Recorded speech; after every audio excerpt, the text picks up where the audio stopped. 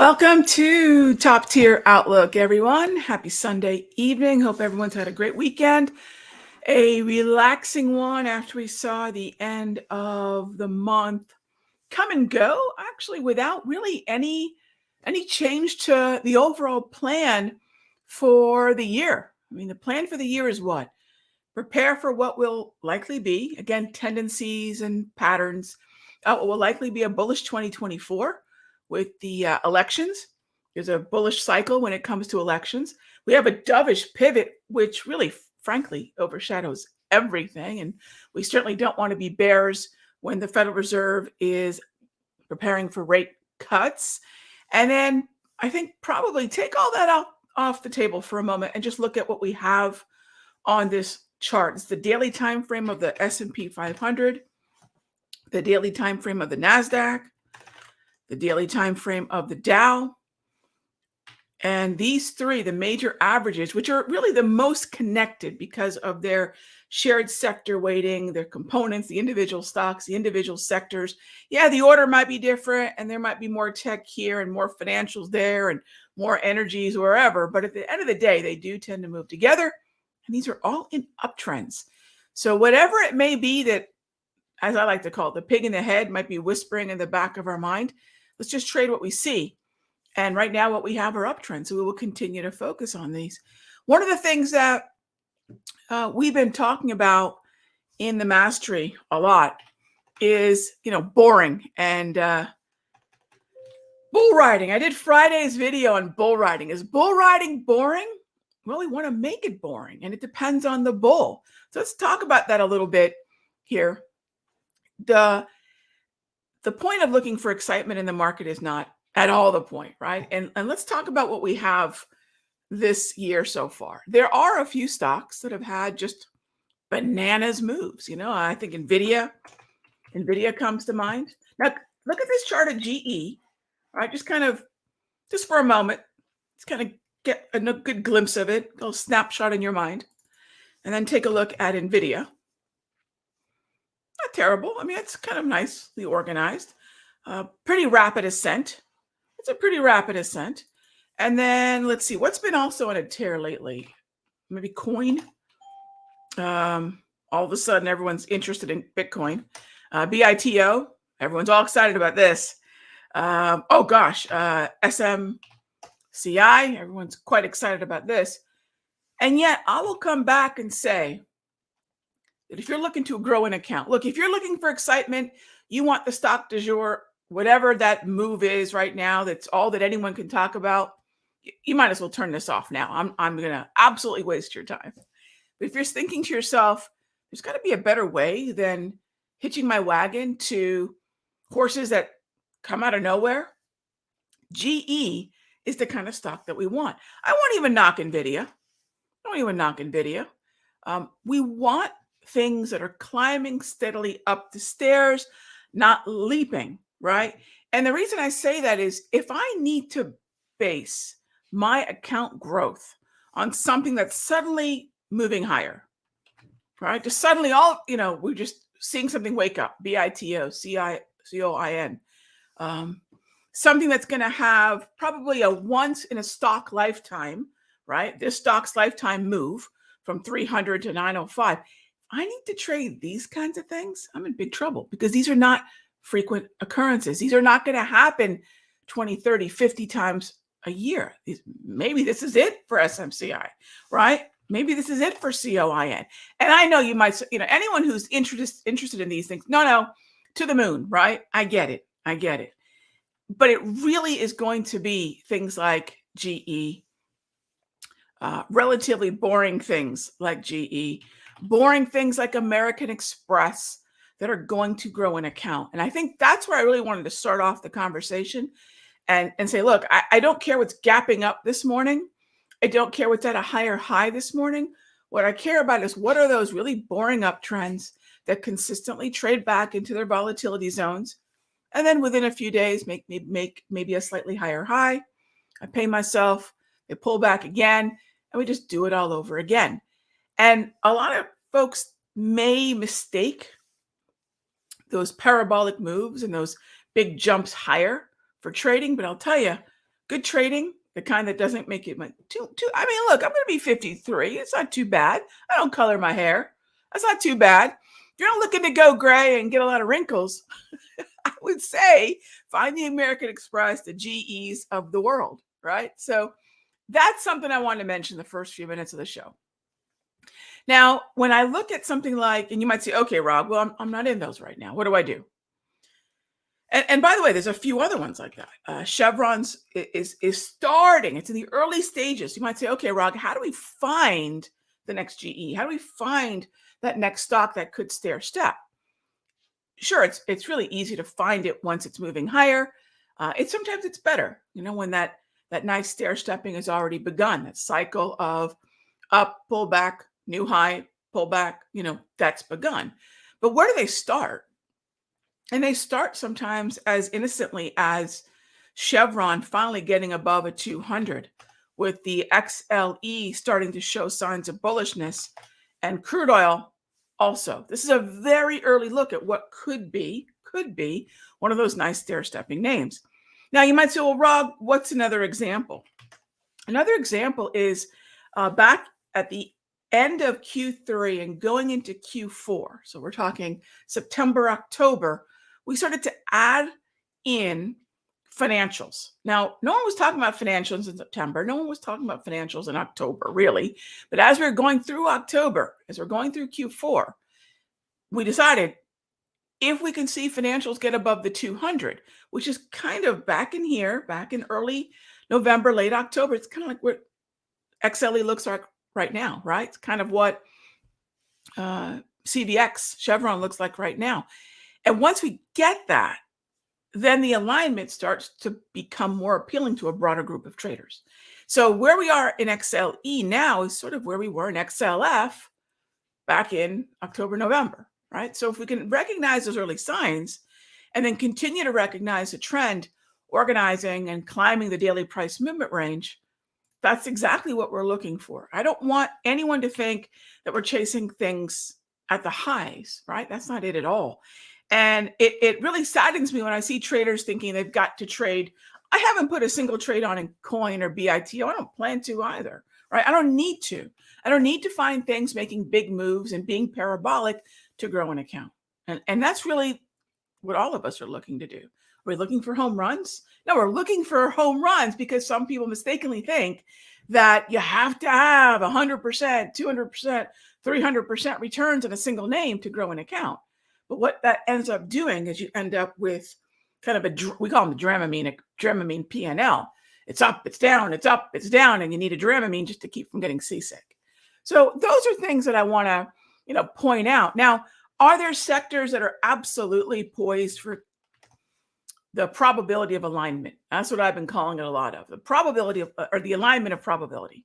Probability of, okay, we can go either way with that, but it's alignment, right? So if the NASDAQ is moving higher, so that's NQ. Let's type it in. Right, Rog. NASDAQ to SMH to NVIDIA to Taiwan Semi.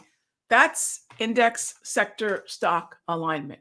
That is the largest group, the index, affecting the smaller but still large group, the sectors, and then the individual stocks within it. That is what we're looking for. That is the secret to the Sector Secrets Mastery. That is how all of my trades get put on. Those of you that are in Charts and Coffee with me, we talk about alignment. If you're in the Sector Secrets Mastery, index sector stock, that is just not negotiable, right? So what else other than tech? And well, we talked about communication, and there's two really interesting communication stocks, three actually. Meta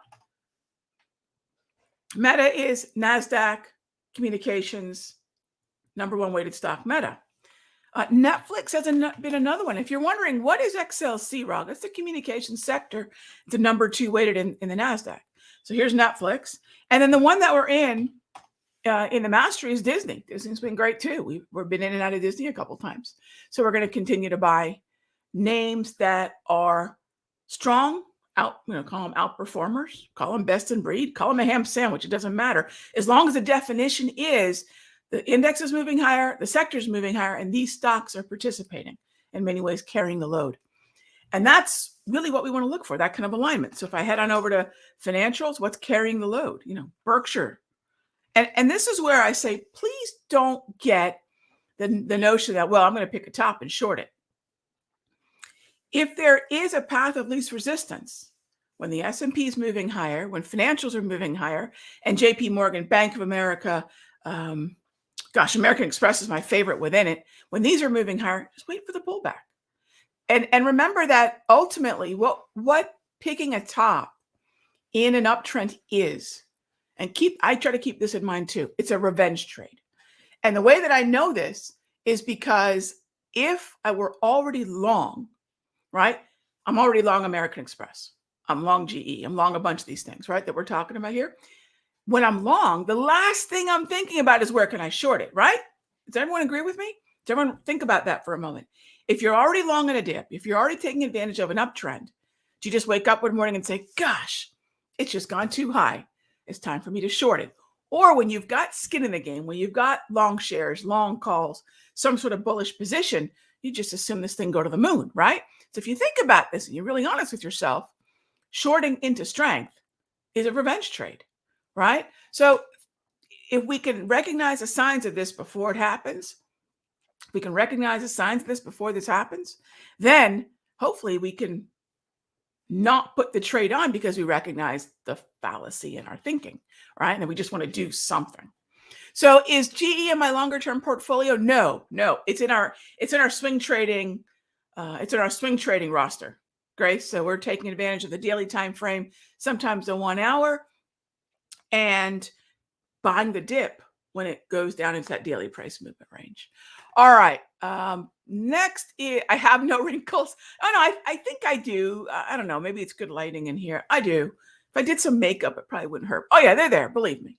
But it's how I know my trading's going well, right? If you're waking up with gray hairs and wrinkles, I'm telling you, it might be the trading. Get the boring kind. All right. Okay. Y'all are very kind. Y'all are very kind. All right. What about thoughts on ZS or BAC? All right. So Z-scaler is a different kind of animal. And I would say no on this one. But Robert, let's go back and ask ourselves, where is this one weighted? Is that sector in an uptrend? What's the weighting of that sector in the broader averages, right? So where's the alignment, right, of probability? So think about that. The other thing is, I love Bank of America. Yeah, no, we love Bank of America. Number three weighted in the XLF, right? And maybe love's too strong a word. It is in an uptrend, right? Maybe love is too strong. Is deep like okay? JP Morgan is better. American Express is better still. Citi is okay, right? See the two indicators at the bottom? The one that looks like two rows of colors, right? Little squares. Okay. We want as much green there as possible. As much green there as possible. We want to make all of this literally traffic light simple. The more green, the better. Green momentum, green trend. Wells Fargo, I believe, looks pretty darn good. Wells Fargo looks good. And then Bank of America with less green is just a little bit less good. Bullish? Yes. As bullish as my beloved American Express? No. But yes, it's buyable. So is it valid for a dip buy? Yes, it is. Now, what about something parabolic like Costco? Sure. So let's take a look at this, Tommy. Do I look at Costco as being terribly parabolic? I don't. Now, in terms of being two times the price movement away, or just really levitating above the mean reversion, which are the lines here, the green, yellow, and red lines. In that regard, yes, this is an accelerated trend. But what I've found is a lot of trends over the past year or two have been really accelerated, and they're not giving us mean reversion. So for me, that pullback to that green, yellow, red area is a mean reversion. The move to the gray zone is a volatility retracement. And the difference between the two is the mean reversion is built on price. In this case, the open high and, the high, the close, and the low of the 34. So it's a price-based, the moving average-based mean reversion, which is what most traders tend to use for mean reversions. However, the yellow and the gray are calculated completely differently. The yellow and the gray aren't really about open, high, low, close primarily at all, right? Everything's going to look at current price to a certain degree, but where is it within that logic order? How heavily weighted is it within the indicator's logic, right? And in this case, pretty low. We need always price, but what's the reliance on price? In this case, the gold and the gray rely on price very little. Those are the actual ranges, not are we trading at 725, but how many points a day do we trade? So it's less about trading at 725 or 750, and it's more about what's the typical nature of Costco session to session. How many points does it tend to move? And then we plot that on the chart. And so I would look at Costco. I would agree it's probably parabolic, but luckily it doesn't matter because as long, and this is a nice, gorgeous, boring one, Tommy. Way to find a boring bull, right? It should have been boring bull riding when I did my video on Friday. It's a great, gorgeous, boring bull. Just bounce it along that gray zone. That's exactly what we're looking for. So even if it has gone parabolic, even if it's a little bit kind of hovering or extended above that wave, is it tradable? Yeah, I'm going to use the daily price movement ranges. I'm going to use the Darvis. Look at these nice yellow automated support lines. Beautiful, right? Beautiful. All right, cool. Thank you for the question. Next up is any thoughts on LMT? Well, again, I'm going to presume the daily time frame. So again, David, index sector stock. And my thoughts on LMT are really simple, David. And I'm glad you brought up a stock that isn't moving higher. It's really simple. In my mind, this is the way it goes. For me, it's really simple. What are the broader averages doing, David? Right? And everybody, ask yourself, yeah, Raghu, Dow's moving higher. What about looking at aerospace, right? Is that moving higher? What are stocks like LMT doing? Are they moving higher? So if I think about where LMT is within the indices, within the sectors, and then I think about other stocks that would move like it. Is it moving like them?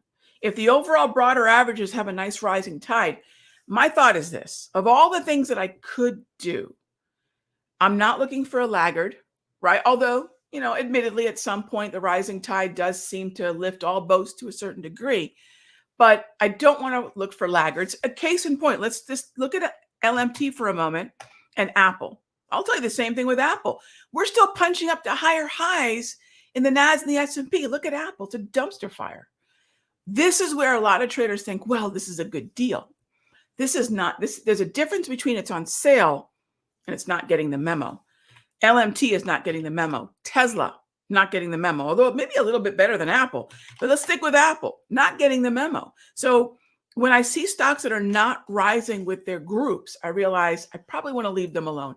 And that's probably as important a lesson as the stocks that I do want to trade, right? And so if what we trade is more important than how we trade it, and I do believe that's true, if it's an uptrend, momentum traders can be fine.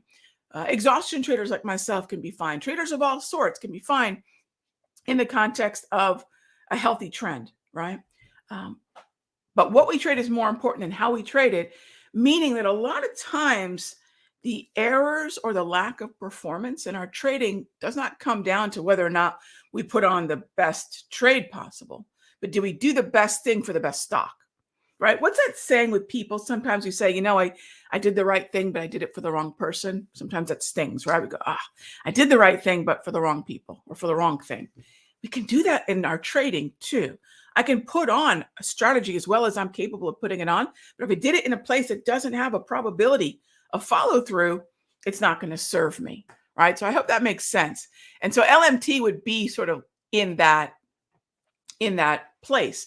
And Ray, I'll say Google's probably in that place too, right? Apple's definitely something I don't want to trade. Google's probably in that place too. Now, it doesn't mean I can't buy the daily price movement ranges, but when we see Google is part of the XLC, when I see XLC closing up, when I see the NASDAQ strong and closing up, when I see Meta strong and closing up, when I see Disney strong and closing up, and I see Google, it was down on Friday. That's a disconnect. Please avoid those disconnects. That's what I'm saying. I think it's not that Google is not good. I'm just saying there's better, right? I'm not saying that it can't eventually align, but right now it's not. And then that simple fact that NASDAQ was up, Meta was up, the XLC was up, our Disney was up. I believe Netflix was up too. Yeah, that's what we want to trade. And you're going to find that the follow through, which is where we get, look, how do we grow accounts? Yeah, we got to get in, but it's not just about getting a fill. It's about follow through as well. The follow through is going to be better when we have that alignment. All right. So I hope that's starting to resonate, because that's exactly what we talk about all the time, right? Do we get that resonating of, hey, index sector stock is leading is leading the charge. So am I in the best index? Am I in the best sector? And am I in the best stock? Best in this case, meaning it has alignment and it's going higher. So I hope that makes sense.